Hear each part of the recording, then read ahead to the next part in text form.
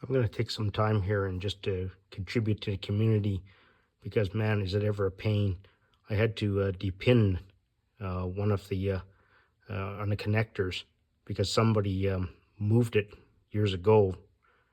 Took one pin and moved it to another one on the ECU, and not sure I'd ever recommend doing that. And it took some time to be able to figure out how to even take this connector apart on an Evo 8 2005. But I just want to show you the connector, just how these connectors work. Maybe you can see it. You see how the connector is, and there's a little bit of a lip there. So what happens is that when you slide this in, so you see those two tabs there, those are pretty much what clamps under the wire. And then what happens, this thing slides into the connector, and then there's a little plastic thing that snaps into place, and it holds the pin so that when you're pushing into it, it doesn't pop back out. Now the question is, when you look at the pins, I mean, there's different videos online. This is an Evo 8. Now, how do you take the pins out? Now, if you take a look at this pin, you'll notice that these are the rolls. These small pins on the outside, that's where the pin goes in. And then you'll notice on this side, same thing. You notice all the little pins in here. So what happens is that these little slots right here above it is what depins it. And so what you need to do is you need to stick your pinning tool in here, in that little slot, and try to push up. There's different videos on the way it does that. You kind of push in and pry up a little bit to be able to pull the pin out. I can tell you, even though you know the theory and you see the video, it's no easy task. So I have a few depinning tools that I used to be able to do that. And you can find them online. But you see how that tab is? You push it into there, the smallest tool, and you try to lift up this way so that it frees it. Because what happens is that the way the pin goes in, it goes in here, but that little bit of a shoulder that I showed you, there's a little plastic pin in here that snaps it in place and holds it. And what you need to do is you need to put your tool in there and try to pry it away so that it allows the pin to come back out. There's a good video on that, but the question that I want to show you is that I tried for probably an hour to figure out how the stupid thing worked, and it was very difficult to be able to do that.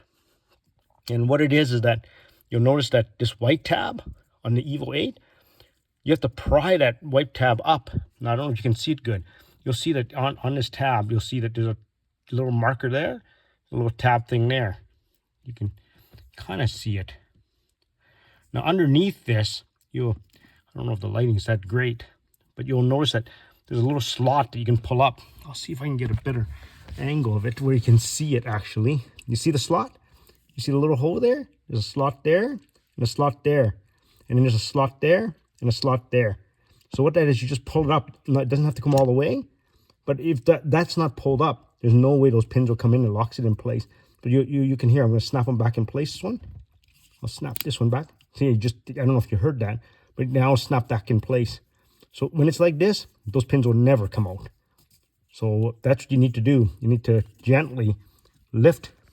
Find your marker point. You'll see a little tab thing there, little one there. You'll see what I mean. And then you'll see right there, you can kind of lift, and it kind of snaps out. And just a little bit of a click. And now you can take the pin. But even you pull it out, I can tell you still a little bit of a fight. It's not one of the funnest things you do. And this is the reason why I never recommend depinning. The best way is to use a cable like this, like a little bit of a breakout cable. There's various people that make that. So this is the actual factory harness. This is the breakout cable. And then it goes to a little harness. Here's obviously a Haltech. And then from there, it just goes straight into my ECU. In here, it's kind of a little bit, the lighting is not the greatest for my ECU. You can see the Haltech ECU. But it kind of goes into the Haltech ECU. And then, obviously into the plug and play cable. But then I could have just plugged the factory cable directly into the ECU. But of course, this allows for splicing or whatever you want without touching the factory wire. So that's, hopefully this video helped and helped somebody else that they didn't spend like 2 hours trying to figure this out like I did.